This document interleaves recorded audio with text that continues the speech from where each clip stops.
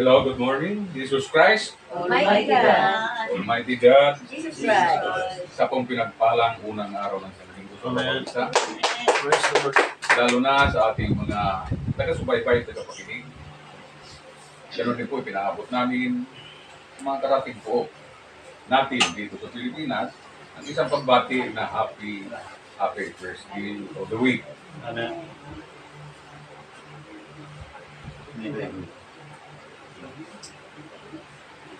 Ngayong umaga nito mga brothers and sisters ay nais ko po mag-share o magbigay ng mga ilang information na ating napapag-aaralan mula sa banal na aklat na isinulat ng mga propeta, ng mga apostol, upang ang mabuting balita ng Diyos ay ma-preserve hanggang sa ating kasulukuyang panahon. Amen. Isang napakagandang talata ang ating napagnilayan kaninang umaga sa aklat po ni Josue o Joshua. Buksan po natin ang Joshua chapter 22 verse 4 and 5 at ating ito babasahin at pakinggan po natin at lubos natin na unawain kung ano ang ipinararating sa bawat isa sa atin. Ito ay aklat mo pa ito doon sa lumang tipan. Ang sabi dito sa chapter 22 verse 4 and 5 muna tayo. At sabi dito, at ngayon, binigyan ng kapahingahan ng Panginoon ng Diyos ang inyong mga kapatid. Gaya ng sinlata niya sa kanila, kaya't ngayon pumihit kayo at yumaong kayo sa inyong mga tulda sa lupain ng inyong ari na ibinigay sa inyo ng Moses na lingkod ng Panginoon sa dako roon ng Jordan. Anong napansin niyo po na mahalagang bagay sa ating pagbasa? Nagbigay ang Diyos ng kapahingahan. Amen? Pagdating sa verse 5, andito po ang ating babasa. May tagubilin po agad dito ayon sa sinalita ng Diyos kay Propeta Moises. Ingatan lamang ninyo, mainam, na gawin ang utos at ang kautusan na inutos sa inyo ni Moises, na lingkod ng Panginoon, na ibigin ang Panginoon ninyong Diyos at lumakad sa lahat niyang mga daan, ingatan ang kanyang mga utos at lumakip sa kanya at maglingkod sa kanya ng buong ninyong puso at ng buong kaluluwa. Maliwanag po ang ating pagbasa, mga brothers and sisters. Yung mga tagubilin, huwag po nating kaligtaan ang pagkasunod-sunod. Ang sabi dito, ingatan lamang ninyo mainam na gawin ang utos. At ang utosan na inuutos sa inyo ni Moises. Si Moises po ang pinagkalooban ng utosan ng Diyos na sabihin sa bansang Israel. Nalingkod ng Panginoon. Dito, idiniin talaga ng talata na si Propeta Moises ay lingkod ng Panginoon. Naibigin ang Panginoon ninyong Diyos. Inoobliga po ang bawat tao na ibigin natin ang ating Panginoong Diyos at lumakad sa lahat niyang mga daan. Lahat na ba tayo nakatagpo ng daan ng dinalakaran ng ating Panginoon? At ingatan ang kanyang mga utos.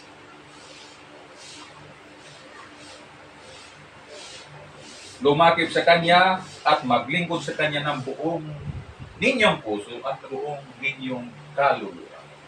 So dito, ang hinihiling po ng Diyos, ang taos-puso nating paglilingkod o bukal sa kalooban natin, na siya lamang ang una higit sa iba. Bakit kinakailangan po na gawin natin? Sapagkat siya ang lumikha. Siya ang manlalikha. Sa kanya nagmula ang ating buhay. Ang daigdig na ating tinutuntungan ay mula sa Kanya. Ang hangin na ating hininga ay mula sa Kanya. Nararapat ba na ang Diyos ay ating unahin sa lahat ng bagay? Amen. Amen. Dito mga kapatid, ang hinihiling dito na mamuhay tayo. Kasi ang bawat tao, alam ko po na sino ba ang naghahangad sa atin na makamit natin ang isang buhay na walang ligalig na dumarating sa atin. Mayroon bang tumatanggi sa ganitong buhay? O gusto natin na ang buhay natin maging mapayapa? Para sa akin po, Gusto ko na walang lumiligal. Pero sa labanan sa mundo, tandaan ninyo yung mga kapatid. Sa ating buhay, nakikipagpunyagi tayo alang-alang sa ating mga mahal sa buhay. Amen? Sapagkat walang sinuman na mga magulang o sinumang tao na walang layunin o walang hangarin na mapabuti ang kanyang sambahayan. Amen? Lahat po tayo nandito. Pero ang higit na mahalaga pala, mayroon tayong dapat matutunan sa mga itinuturo ng banal na kasulatan. Sa katulad ngayon, lumipas na ang mga paghihirap ng mga nanay dahil nagkaroon na ngayon ng bakasyon, di ba? Sa school. Medyo maalwa na ng konti. Ang mga magulang, mga brothers and sisters ay naghahangad ng tagumpay. Pero hindi laging tagumpay ang buhay ng bawat isang tao. Mayroon kabiguan. Pero maging tagumpay man o kabiguan, tandaan natin mga kapatid, pinakamahalaga pa rin sa atin ang magkaroon tayo ng katiwasayan sa buhay. Amen? Kaya napakahalaga na ang kautusan ng Diyos ay lagi natin isa-isip, isa-puso, at isa-gawa. Dahil ang utos dito, puntahan natin yung awit. Mayroon dito binanggit ang awit. 119, verse 71 to 22.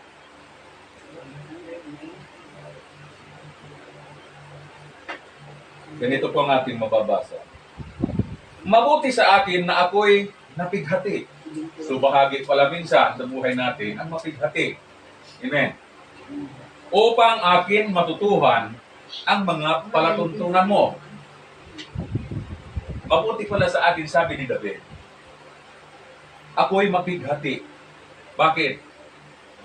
Upang ating matutunan ang mga palatuntunan mo. Kung hindi pala tayo daranas ng mga pagsubok, hindi tayo lalapit sa Diyos upang alamin kung ano ang utos ng Diyos. Kung ano ang palatuntunan ng Diyos. Kaya sa sentence ito, ang sabi dito, ang kautosan mo, ang kautosan ng iyong bibig, ay lalong mabuti sa akin kaysa libong gintot at pilak. Amen. Kung ating papansinin sa buhay pananampalataya, ito ang must be priority of our life. Alin? Ang yumaman tayo sa salita. Ang sabi dito, maliwanag eh. Ang kautusan ng iyong bibig ay lalong mabuti sa akin. Sabi ni David. Kaysa libong ginto at pilak. Sapagkat alam ni David na ang salita ng Diyos ay buhay. Amen? Kaya na, pinahalagahan niya talaga ng maigi. Kaya dito, inuutos, ibigin natin ang Diyos. Mayroong bang talata sa Biblia na iugnay natin dito? Deuteronomy 4:4 hanggang 6. Chapter 4, verse 4 to 6. Ganito ang sinasabi. Ngunit kayong umayon sa Panginoon ninyong Diyos ay mga bubuhay ang bawat isa sa inyo sa araw na ito. Dating sa 5. Narito aking tinuruan kayo ng mga palatuntunan at mga kahatulan. Tayo ba'y tinuturuan ng kahatulan, palatuntunan ng Diyos? Nagaya ng inutos sa akin ng Panginoon kong Diyos upang inyong gawin gayon sa gitna ng lupain na inyong paruroonan upang ariin. Pagdating sa 6, sasabi dito, ingatan nga ninyo ito at isagawa. Sapagkat ito ang inyong karunungan at ang inyong kaalaman sa paningin ng mga tao na makikakarinig ng mga palatuntunan ito at magsasabi, tunay na ang dakilang bansang ito ay isang pantas at maalam na bayan. Mahalaga po ba matutunan natin ang kautusan ng palatuntunan? Ito po ang magtataas sa atin upang makilala ang bawat isa sa atin sa buong bansa. Na ito rin sa atin na tayo'y maalam at pantas ng bansa. So hindi dito inuna ang material, kundi spiritual. Amen? Ang pangalawang utos, ibigin ang Diyos. Sa Deuteronomy, kaya dito, lakaran natin dapat ang kanyang mga daan. Lahat naghahangad, I want to look like Christ. Madalas ko masabi yan. Madalas natin marinig yan. Gusto kong lumakad ayon kay Kristo. Paano? Colosas 2:6 hanggang 7. Buksan natin ang talata. Colosas 2, verse 6 and 7. Kaya sabi dito, kung paano nga inyong tinanggap si Kristo, si Kristo Jesus na Panginoon, ay magsilakad kayong gayon sa Kanya. Kung paano daw natin tinanggap si Kristo Jesus na ating Panginoon, tayo'y magsilakad gayon sa Kanya. Nasa atin na po ba ang Kristo? Amen. 7, ang sabi dito, na nakauugat at nangatatayo sa Kanya at matibay na inyong pananampalataya, gaya ng pagkaturo sa inyo na sumasagana sa pagpapasalamat. Si Moises ginamit bilang propeta ng Diyos, nagdala ng kautusan ng Diyos, nagbalita at ibinigay sa tao o sa unang bayan ng Diyos na Israel upang masunod ang mga kautusan palatuntunan ng Diyos. Sa ating panahon, wala na po si Moises. Wala na si Apostol Pablo. Nasaan po ngayon ang pag-aaral natin tungkol sa kautusan? Nasa Biblia. Amen? Kaya maliwanag po. Nasa banal na kasulatan, iniwan ang mga kasulatan ito para magsilbing gabay sa bawat isa. Kaya nga isinihikayat na sabi doon sa aklat ng Bagong Tipan, search the scriptures. Hinihikayat ang bawat isa na saliksikin natin ang bawat isa. Kaya ang sabi doon sa Jose 1:8, Josue 1:8, madalas din po natin ito mabanggit. Ang sabi doon, 1:8. Ang sabi dito, ang aklat na ito ay ng kautusan ay huwag mahiwalay sa inyong bibig, kundi iyong pagbulay-bulayan araw at gabi, upang inyong masunod na gawin ang ayon sa lahat ng nakasusulat dito. Walang babawasan, walang dadagdagan dito. Sapagkat kung magkagayoy iyong pagiginhawain ng iyong lakad, at kung magkagayoy magtatamukan ng mabuting kawakasan. Ang ganda ng pangako ng bandang huli. Kung magkagayoy iyong pagiginhawain ang iyong mga lakad. Mga plano sa buhay, mga hasuglain sa buhay, pangarin sa ating buhay. Ang sabi dito, pagiginhawain ng Panginoon. At magtatamo ka ng mabuting kawakasan. Sunod, kinakailangan na tayo'y lumapit sa Diyos. Bakit kailangan na ang tao lumapit sa Diyos? Basahin natin ang aklat ni Santiago sa Kabanata 4, talatang 8.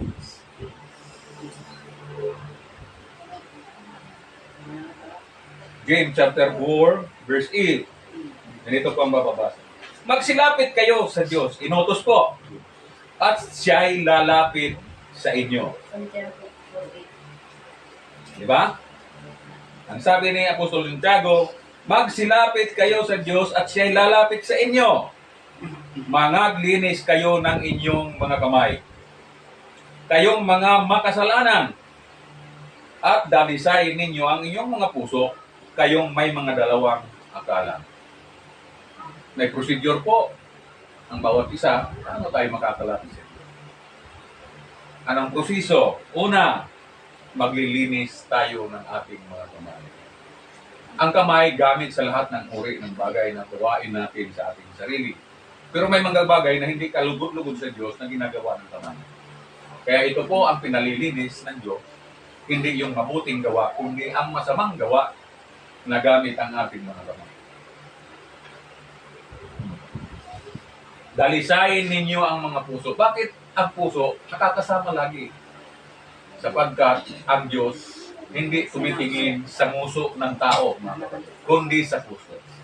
Dahil ang puso ng tao, sinungaling mula sa kulpa. Kaya doon tinitingnan ng Diyos kung talay-gangang dalisay na yung pagsunod sa Kanya. Amen? Kaya hindi tayo pwede magkaila. Kayong may dalawang akala. Bawal pala dito yung double-minded.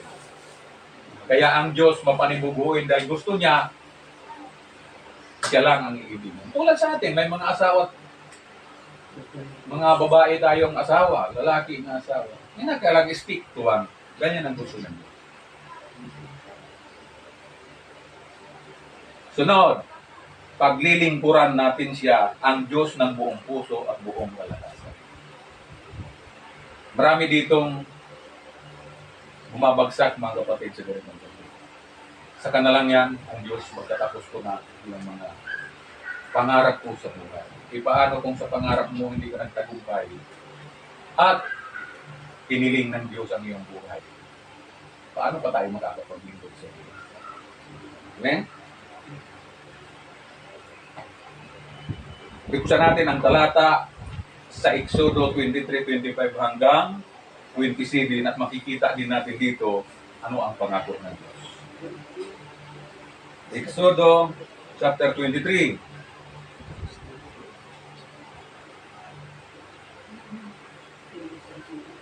Magsimula tayo sa 25, verse 20. Ganito ang sinasabi. At inyong paglingkuran ang Panginoon ninyong Diyos at kanyang babasbasan ang inyong tinapay at ang inyong tubig at aking aalisin ang sakit sa gitna mo. Pag magnaglingkod pala tayo, ang ganda ng unang pangako. I-bliblis na ya ang ating tinapay. Pangalawa, ang tubig. At ang pangatlo, ang sakit, maalisin ng Diyos sa gitna. So lalakad ka ngayong guilty, brothers and sisters. Dahil naglilingkod ka ng buong puso sa Panginoon. May masakitin ba sa atin? Praise the Lord. Diba? Kinakailangan ng lingkod ng Diyos guilty. Dahil ito ay isang katunayan na talagang tapat kang maglingkod. Sunod, ang sabi dito sa 23, 25, 27, 26, walang babaeng makukunan. Sa bagay, mga halos lahat na tayo bao. Kung baga sa kahoy, mga kinraid na tayo. Kung baga sa lagits na. Di ba? Walang babaeng makukunan o magiging baugman sa inyong lupain. Ang bilang ng inyong mga araw ay aking lulubusin. Ito ang pinaka-the best. I-prolong ng Diyos ang buhay ng bawat isa. Amen? Ayaw ba natin ito? Daragdagan ang iyong buhay. Dahil tapat kang maglingkod sa Diyos. Sa panahon natin, bihira na nakakaabot ng 120. Mayroon yan namamatay, 20 pa lang. Ang sabi ng Biblia, sa 1910 ng Proverbs, ang anak ng babae, higap na maisip lang ang panahon. 70 hanggang 80 taon kung may kalakasan. Amen? Pero pag naglilingkod tayo sa Diyos, exempted tayo dito sa binanggit ng talata na ito. Dahil ang sabi niya, lulubusin ko ang inyong mga araw. Amen? Kaya napakasarap po maglingkod sa Panginoon. 27. Basahin natin. Aking susuguin ang sindak sa unahan mo. At aking liligaligin ang buong bayan na inyong paruruunan. At aking patatalikurin sa iyo ang lahat ng inyong mga kaaway. Kung ang Diyos ay nasa atin, sino ang laban sa atin? Amen? Paninindigan po ang kailangan dito. Ang Diyos nasa atin, walang laban sa atin. Dahil ipinangako niya rito, aking susuguin ang sindak sa unahan mo. Parating ka pa lang, sis, kakabahan na yung pupuntahan mo. Aking liligaligin ang buong bayan na inyong paruruunan. Saan mang sulok o dako ng mundo, wala kang dapat katakutan sapagkat pinangungunahan tayo ng Diyos. At Aking patatalikurin sa inyo ang lahat ng iyong mga kaaway. Makakaharap ba ang ating mga kaaway? No. Sapagkat nasa iyo ang Diyos. Kaya wala po tayong dapat gawin. Lalo na kung ang bagay ng bawat isa ay pamahagi ang mabuting balita. Amen? Ito yung mission na dapat natin. Ang sabi ng Mateo 28, humayo kayo at ipangaral ang mabuting balita sa buong kinapal. Kaya kahit saan sulok tayo makarating, kung bitbit natin ang utos ng Panginoon, wala pong gagawin sa atin. Next.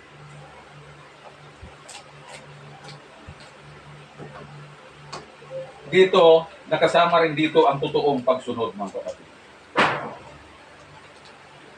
Bagamat nabanggit natin ang mga pamangako ng Diyos, ang kanyang pagsisiguro sa mga kanyang mga lingkod, kinakailangan pa rin po ang buong pagsunod. Kaya kung tayo ay lalakad, mga kapatid, sa aral na nabanggit na ating tinalakay mula kanina hanggang ngayon, tayo ay dadatingan ng kapayapaang sinabi ng nabasa natin ang unang na nagmumula. Gusto ba natin ng rest na nagmumula sa Panginoon? Pero yung kondisyon, kailangan natin ganapin. Kaya sa talata ng Joshua 22, 4-5, pansinin natin. Basahin natin ulit, mga kapatid, para makuha natin kung ano ang naisip parating sa atin ng Diyos.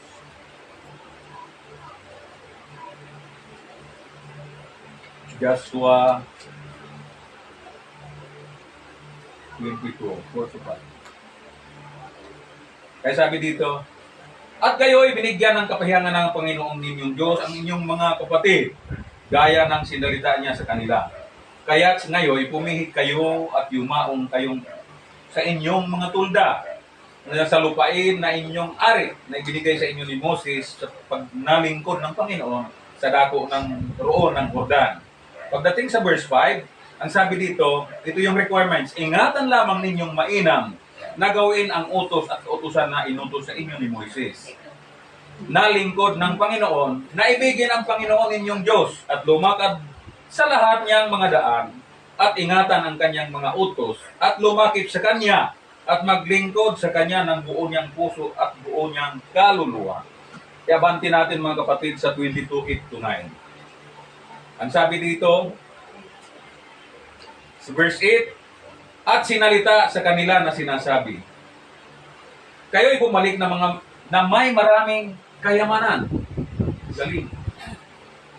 Kapag sinunod mo ang utos ng Diyos, inutusan ka at binigyan kayo ng kapahingahan. Sa ating pagmimisyon, mga kapatid, ito ang nais kong iugnay dito. Kapag nagtagumpay tayo at nasunod natin lahat, tagumpay tayo sa lahat ng ating misyon. Anong bitbit natin, sabi ng Panginoon? At sinalita sa kanila na sinasabi, kayo'y bumalik ng maraming kayamanan sa inyong mga tulda. At may maraming hayop, may pilat at mga ginto. At may tanso na baka, at may bakal, at maraming kasuutan. Pero ang utos dito, magbahagi kayo sa inyong mga kapatid ng mga samsam ng iyong mga kaaway. Madamot ba ang Panginoon? Ang ibibigay sa atin na kayamanan ng Panginoon, material man o anumang bagay, kinakailangan po ibahagi. Ang aral sa likod nito po, huwag ang tao maging makasarili. Ang 9, sabi dito, at ang mga anak ni Reuben at ang mga anak ni Gad at ang kalahati ng lipi ni Manases ay nagsibalik na humiwalay sa mga anak na Israel mula sa Silo na nasa lupain ng Kanaan upang pumaraon sa lupain ng Galaad, sa lupain ng kanilang ari na kanilang inari ayon sa utos ng Panginoon sa pamamagitan ni Moises. So dito ang mga nabanggit, mga kapatid, dati iisa sila, nagkaroon ng pagkakabahabahagi. Pero iniksid ba sila ng Panginoon na hindi bigyan ng bahagi ng samsam? Kasama pa rin sila. Amen? Ganon kabuti ang Panginoon sa atin. Kaya kung sino, kung saan nagkaroon ng magandang pagpapala, ang utos, ibahagi natin sa ating mga hindi lang para sa isa, kundi para sa lahat. Naunawaan po natin ang ating pinalandas ngayong umaga. Kaya mga kapatid, isa pong ating karagdagan sa ating kaalaman sa umagang ito na ang pagbibigay ng kapangyarihan ng Diyos sa kanyang mga lingkod. Ang bunga nito po ay biyaya na nagmumula. Kaya sa umagang ito, aking pinasasalamatan ng Panginoon ng higit sa lahat. Sa Diyos ang pinakamataas na puri. Maraming salamat at magandang umaga bawat isa sa atin.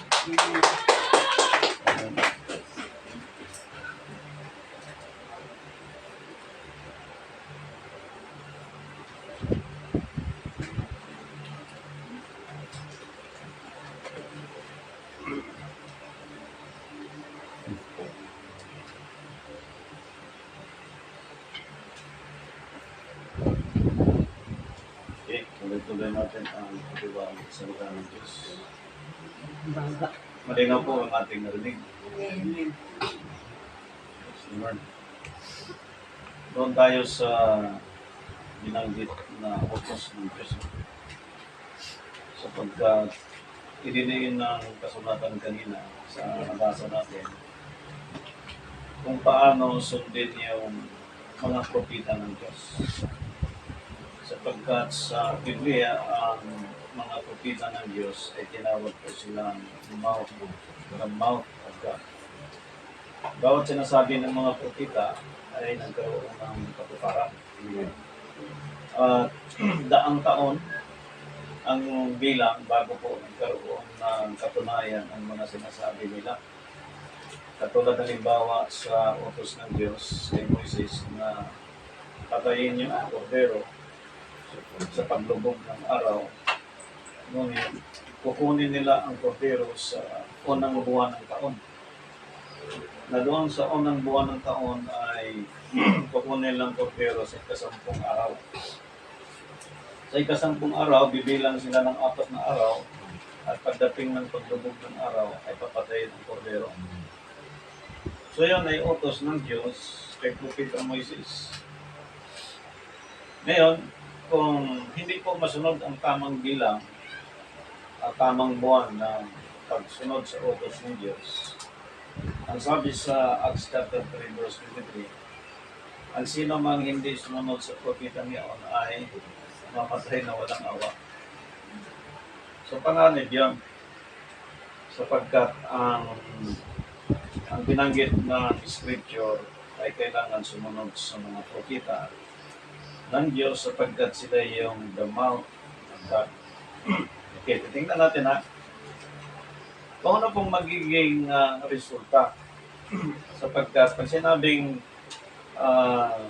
pagsunod sa utos ng Diyos, kailangan masunod yung utos ng Diyos. Kukunin natin yung Passover ni Moises sa panahon niya na meron silang pag-celebrate ng Passover na ito'y inutos ng Diyos on the first month of the year.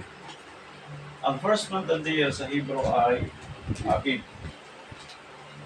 Ang first month of the year sa Gregorian calendar ay April.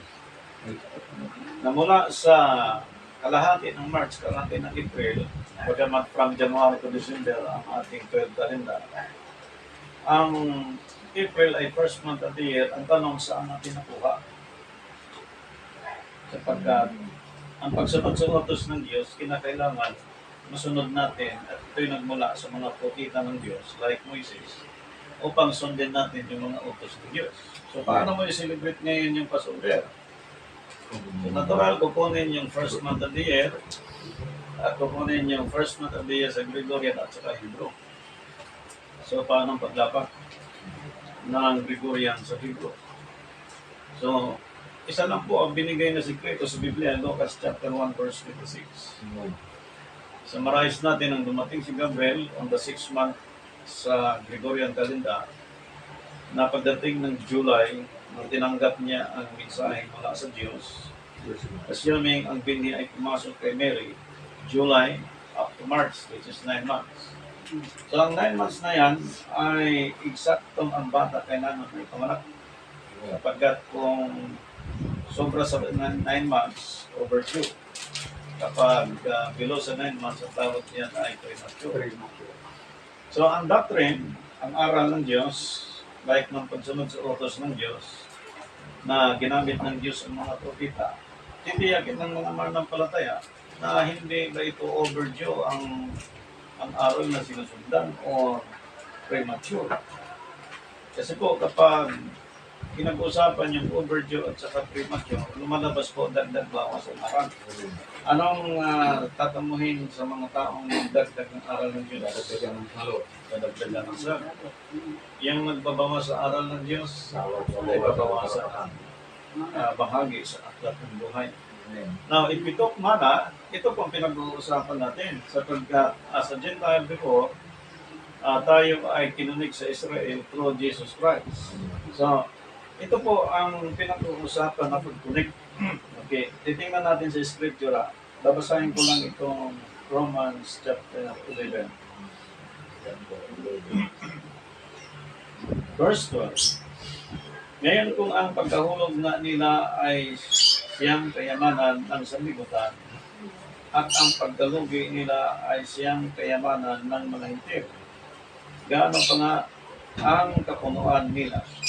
Dapat po nagsasalita ako sa inyong mga hintil, palibasa ako nga'y apostol ng mga hintil, ay nilawanati ko ang aking ministeryo. Baka sa anumang paraan ay mapamungkahi ko sa paninibog ko yaong aking mga kaalaman at maligtas ang ilan sa kanila. Sapagkat kung ang pagkatakwil sa kanila ay siyang paikipagkasundo ng sanlibutan, ano kaya ang pagtanggap sa kanila kundi buhay mula sa mga patay? Malinaw. 16. At kung ang pangunahing bunga ay banal, ay gayon din ang lahat. At kung ang ugat ay banal, ay gayon din ang sanga.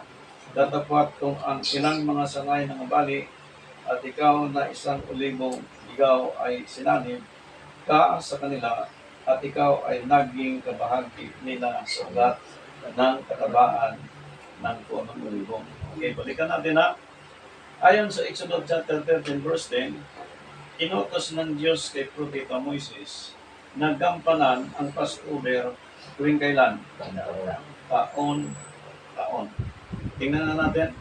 Exodus chapter 13 verse 10. Isagawa mo nga ang palatuntunan ito sa kapanahunan nito, taon-taon. Ngayon, if we talk Passover, unleavened bread, communion, halos isa lang po sa ating kinagisnan sa Roman Catholic.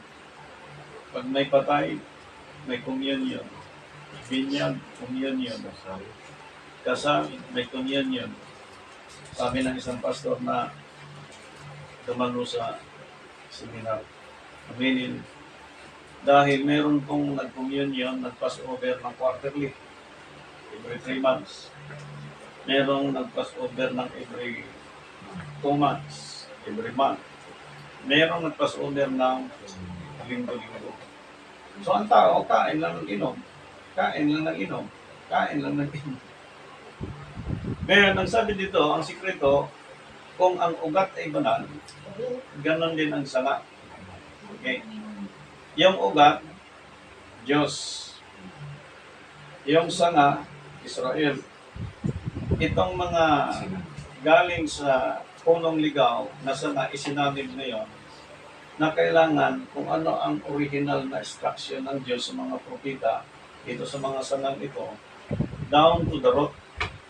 Ibig sabihin, kung banal ang ugat, banal din yung sanga, yung mga hintil na inupong, maging banal din. Ang sabi sa instruction, ginampanan nila ang Passover yearly. Ibig sabihin, kapag hindi ginawa ng yearly ang celebration, ang hindi yearly celebration, ito po ay celebration ng taong mga di banal.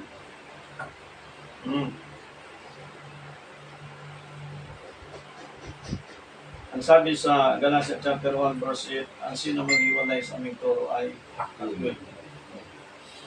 So, yung mga nag-celebrate ng Passover na hindi yearly, takwil. At yung Passover na ginanap nila ni Moises, which is 7 days, na kay Christ, ginanap din kasama ng mga apostol. Anong sabi ni Christ sa mga apostol? Saka siya kakain uli ng tinapay o uminom ng ubas kapag kasamahin sila sa kamay ng Diyos. Eh ngayon, nasa time na tayo ngayon ng kingship time ni Jesus Christ, sapagkat ang death and resurrection nagkaroon na po ng katuparan.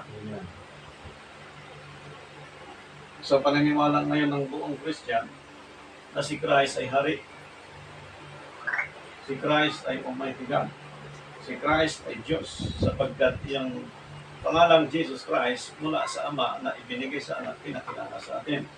Pero siya yung larawan ng Diyos na nagkatawang tao. Sa pangalan ng Ama. At yung instruction ng Diyos sa Passover ay taon-taon.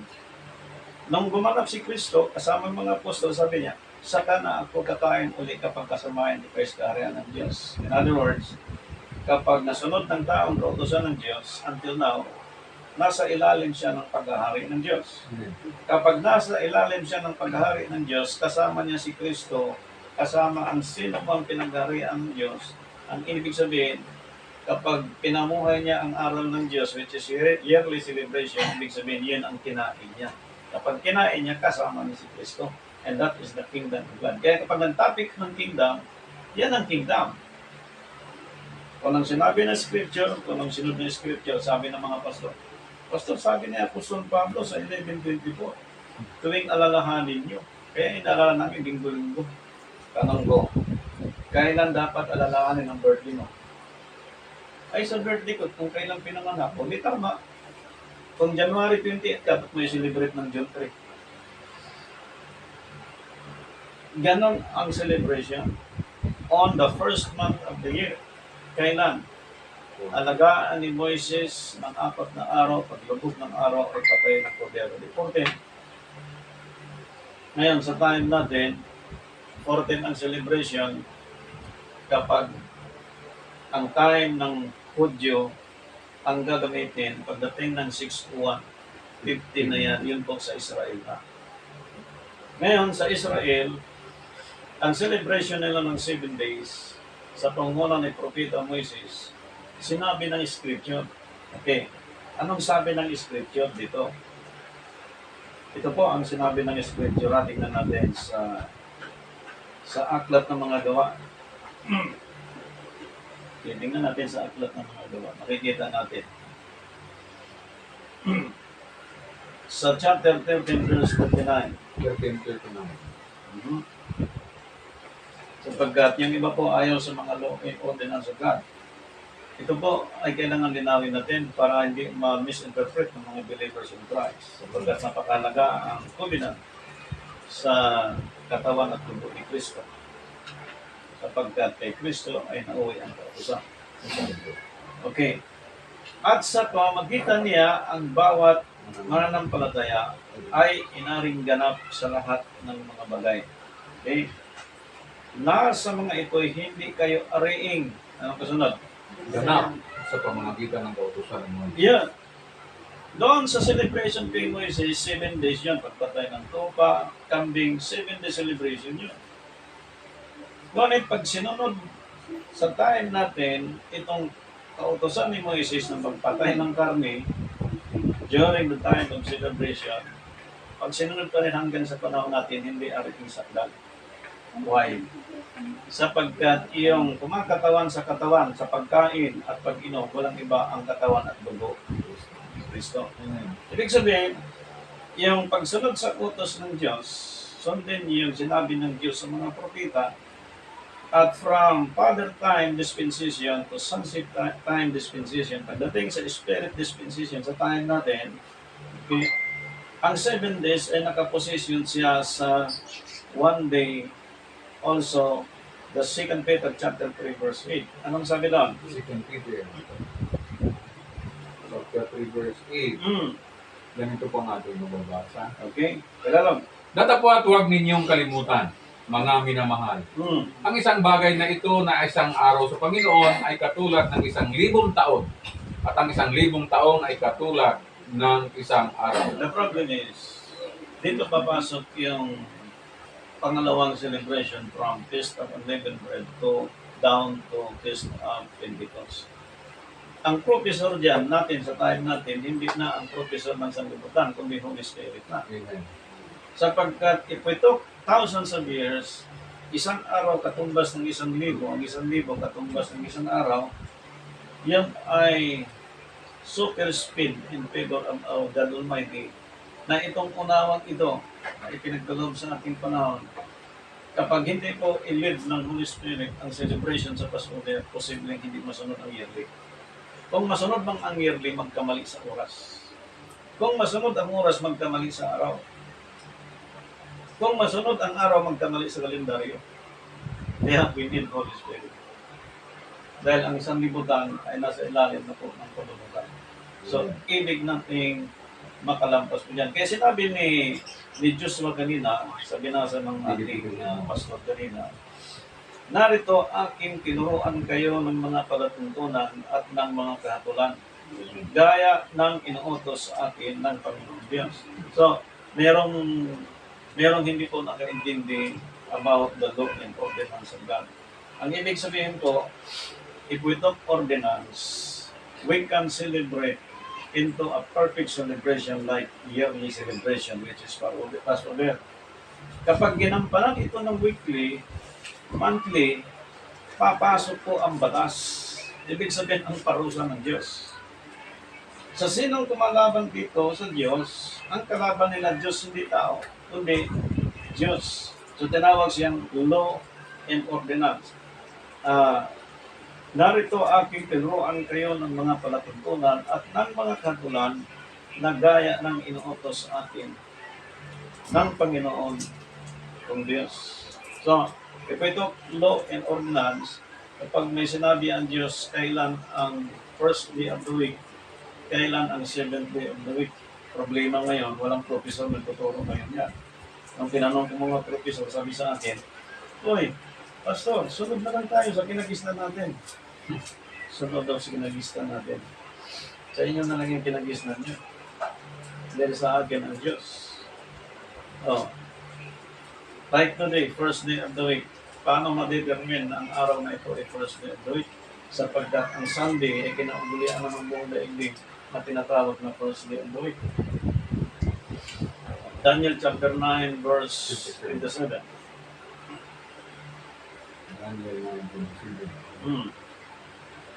Dito po ang ating nabasa. At pagtitibayin niya ang tipan sa marami sa 1,000. At sa kalahati ng 1,000 ay kanyang ipatitigil ang hain at ang alay. At sa pakpak ng mga kasuklam-suklam ay paroroon ng isang naninira. Now, under 1025 ng Hebrew, tulad ng binanggit ng Pastor Kena, huwag kaligtaan ng pagtitipon.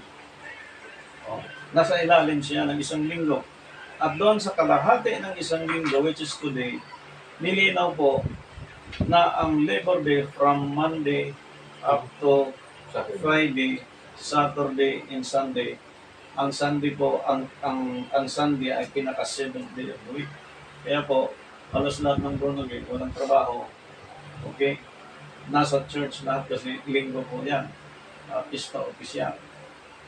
At yung first day of the week na declaration, which is Sunday, nag-church ang marami ngayon, na ang ika-7th day niyan ay Sabado. Ang kalahati niyan ay Webis. From Monday up to Sunday, ang kalahati noon ay Webis.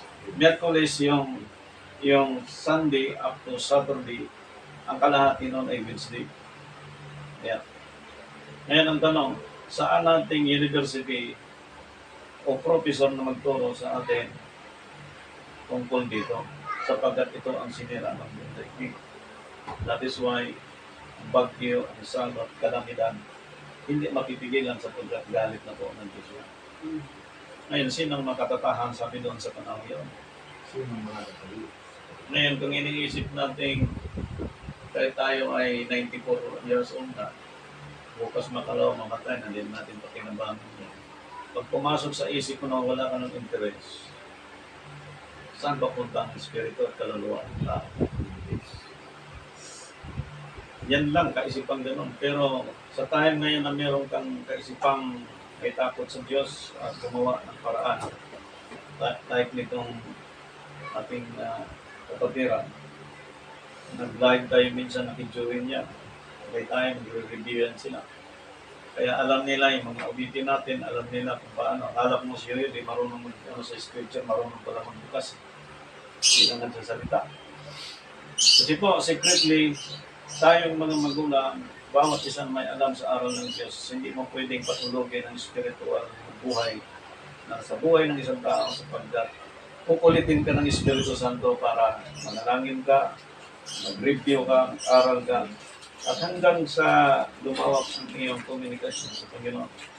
Kaya po, isang malaking problema ngayon na kinakailangan ang lahat ng mga Christ believers may ituro ang saktong declaration sa first day of the week at saka second day of the week. Sapagkat kapag mali ang celebration ng Passover, lahat po puro mali na yan. At ang bagsak po niyan ay puro Diyos-Diyosa. So, ang labanang ito ay makikita natin na napakapanganib sapagkat ang batas ng Diyos mismo ang nilaban ng mga taong ito. Ay kung hindi sumunod si Moises sa instruction ng Diyos paglabas sa Egypt, makalabas kaya ang Israel sa Egypt? Kung ang bara-bara lang sila, Moises, yung dugo, ipahin niyo sa hamba, bawat bahay. Pagdaan ng Diyos, bawat may dugo, may pahid sa hamba, lalagpasan ng Diyos na sana. Ay kung hindi sinunod ni Moises yan, patay sila na. Tayo ngayon sa ating panahon, talagang survival tayo. Nag-start sa'yo, down to your generation, at yung generation tawagin someday, down to their generation, pagdating ng araw, kanilang family tawagin din, hanggang sa pagbabago ng lahi. Kaya tayo ay malaki pong tungkulin sa gawain ng paglilingkod sa Diyos, sapagkat yung unawan ito ay hindi maaring hindi ihayag sa mga lingkod ng Diyos. Kaya ang sabi kanina, sa sulat ni Joshua, kung naalala niyo po kanina na binasa, Chapter 22. chapter 1, verse 8. Andito chapter 1. Ang aklat na ito ng kautusan ay huwag mahihiwalay sa iyong bibig. Kundi iyong pagbubulayan araw at gabi. Kung wala kang tulog minsan, basa ka ng Bible, biblical yan. Kung napuyat ka sa pagmuni-muni sa aral ng Diyos, biblical yan. Kundi iyong pagbubulayan araw at gabi upang iyong masunod na gawin ang ayon sa lahat na nakasulat dito sapagkat ang magkagay iyong pagginawain ang iyong mga lakad. Nandoon yung kaginhawaan sa pagbulay-bulay sa aral ng Diyos. Dumating ang pagsubok sa iyo, para tisorin ka. Hindi ka pabayaan ng Diyos na iiral sa iyo ang galit at puot. Pero kung hindi na ang tao nagbulay sa aral ng Diyos, ang iiral sa kanya, galit at puot. Pero kung nagbulay-bulay ka sa aral ng Panginoon, maging ginawain ang bawat lakad. Kaya ako'y magtataka sa ibang mga pastor na may ganitong mga perception, behavior, na hindi nagaling sa Diyos yan. Out of nothing, hindi na po bibigay ng buhay na ginagawa niya. Ako, napakapalad ko na kinakorek ako ng Diyos magitan ng mga mentor na ginamit sa akin mo. At hindi ako kumukontra dahil alam ko, biblical yun. At anong habol ko? Wala. Ang habol ko lang matuto. Nung natuto ako, tinignan ko kung gaano ko sulatan. Salamat sa Diyos, magmula noon hanggang ngayon pinagpatuloy. Pero yung ibang mga kasama ko po, tumagikot na sa aral na ito. Nakakalungkot. Sapagkat ito pong mangyayari. Aking susuguin ang sindak sa unahan mo. Binanggit kanina saan yan? Exodus chapter 23, 8:9:22. verse 27. Diba? Nabasa nyo? Exodus. Aking susuguin ang sindak sa unahan mo at aking liligaligin ang buong bayan na iyong paroroonan at ating patatalikurin sa iyo ang lahat ng iyong mga kaaway. Now, if you are a simple person today, simple passport, saan ka kukuha ng mga security mo to secure you against your enemy? Di galing sa Diyos, millions of angels will cover you na ma-preserve lang ang security sa buhay ng isang lingkod ng Diyos na siya ay tumutupad sa mga utos ng Diyos. Like nung binanggit natin, banal ang ugat, banal ang sanga, yung mga sanga na ulibong ligaw, iginugtong lang, kapag nasunod niya ang proseso hanggang ugat, maging banal din siya. Amen. Pero kung itong inugpong ay magmalaki, kung pinutol yung original na sanga, puputulin din yung dinugtong. Which is yung dinugtong hintel, yung original yung Israel, which is 12 tribes. At doon sa 12 tribes na bali yung sanga, Judah, hindi po doon sa Kaidan. Sapagkat Kaidan ay talagang nilipol ang buong angkan. Through Jesus Christ, na-connect tayo sa Israel through Jesus Christ. Kaya, si Jesus Christ, from the root, and then yung sanga, at yung sangang inumpong dito sa original, banal ang ugat, banal ang sanga, banal din yung inumpong. So bakit may umpong pa kung okay na yung Israel? Nagkasala ang Israel laban sa Diyos. Sa tayong mga hintil, magkakaroon ng paninibugo ang Israel sa Gentile kasi po ang hintil seryosong susunod yan. Kaya sa time natin may Israel sa modern time na gumagawa ng laban sa Diyos. At meron ding Israel sa modern time na gumagawa ayon sa katuwiran ng Diyos kung ang pinag-uusapan natin. Yan ang war na tinutukoy sa Scripture. Awa yan. Ang kalaban mo hindi yung tao. Kalaban mo yung evil spirit na suma sa tao. Kaya tinuturo sa atin ang repentance, prayer ng mga pastor kasi ayon sa Scripture, ang kalaban natin hindi nakikita. So, the most important lang talaga na kung anong sinabi ng Scripture, yan ang susundin. Kaya wala kang katakutan. Sabi ng ating pastor sa mission sa mga lugar, wala kang katakutan. Sapagkat ang mag-cover sa atin, Diyos. So bakit ayaw mong, nabawa ikaw pastor sa church, bakit ayaw mong makipag-usap ng normal o personal? Bakit parang ayaw mo? Anong meron? Takot. Nung matakot si Adan at saka si Eva sa Diyos, sabi ng Diyos, nasaan kayo, Eva, Adan? Sabi ni Adan, nagtago po kami. Bakit? Sinuway niyo bang utos ko? Sinuway. Doon pumasok yung knowledge.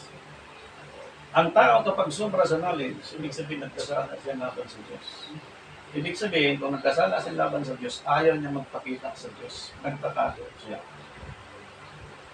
Ang tao kapag nagtago sa katotohanan, ibig sabihin gumagawa ng kasalanan laban sa Diyos.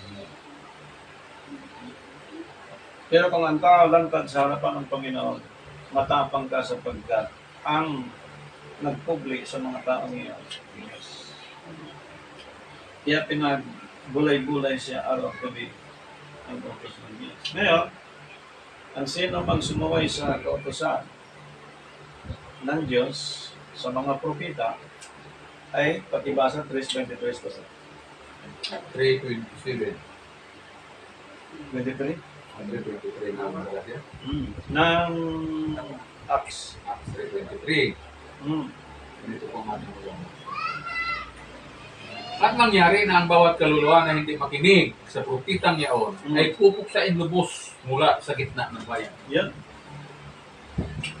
Pag pinagsa ka mula sa gitna ng bayan, walang sasaknulo sa'yo. Pero kapag nakasunod ka sa tamang paglilingkod sa Diyos at namuhay ang tao ayon sa kapanawan, kahit 1,000 mga berdugo na hawak sa'yo, hindi kayang pigilan ang lakas mo. Dahil ang lakas mo ay galing sa Diyos.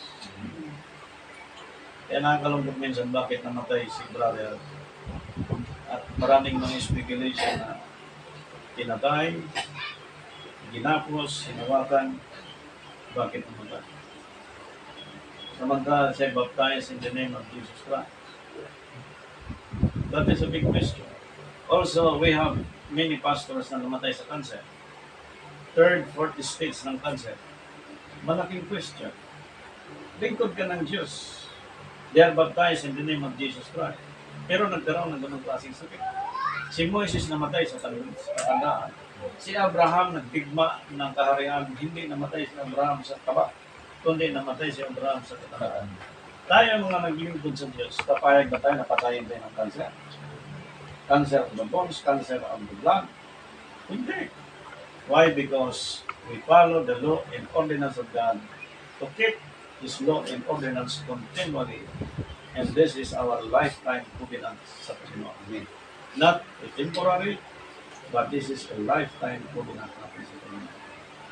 Ngayon, ang kagandahan dito, ginalang natin ang lahat ng mga propeta. Although may mga propeta ang napakilala sa ating panahon ngayon, sa ibang mga churches, para sa atin, hindi natin sila kinukontra, kundi ginagalang natin sila sapagkat yung nasa kanila ay kaloob mula sa Diyos. Grupo ng GIL, grupo ni Kiriol, grupo ng In Time, grupo ng ating mga kapatid na INC, grupo ng lahat ng churches ngayon, Jehovah's Witnesses, lahat yan may mga gift mula sa Panginoon. So yung gift na yan, pagsama-samahin natin para sa pagkikipagkasundo sa ikalawalhati sa Diyos. That is our service unto the Lord, to give glory and honor to our God Almighty. Hindi po yabang, okay? Hindi po pagmamalaki, hindi po sirain mo yung tao. Ang order dito, kung ikaw ay pinakabilinaryong tao sa ibabaw ng daigdig, ibahagi mo yan. Then pag hindi mo binihagi at pumikit ang dalawang mata mo, inferno ang bagsak na. Bakit po? Ito po ang sabi ng Diyos. Tingnan nyo ha, sa Revelation chapter 21 verse 8.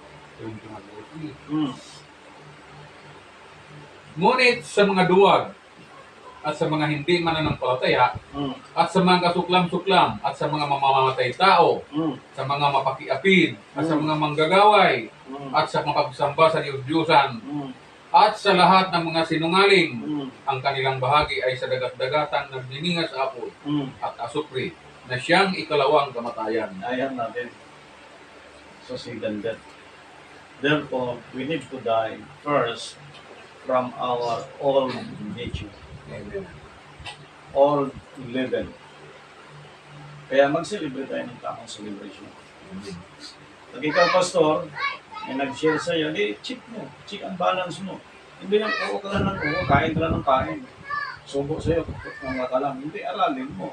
Mamaya, sinubo sa'yo, bagong may suka yun, may sili. Sa pagkain pa.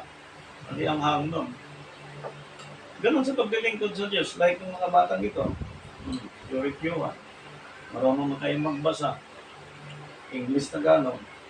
Intindihin yung mabuti. Ano itong sabi ng Biblia? Ito ang sabi ng Biblia. Ito yung alam ni Mama. Ito yung alam na ni Daddy. Ni Mama. So paglaki nyo, ma-realize nyo, importante pala kaya pala nagpakasunog ng kilay alang-araw sa salita ng Diyos.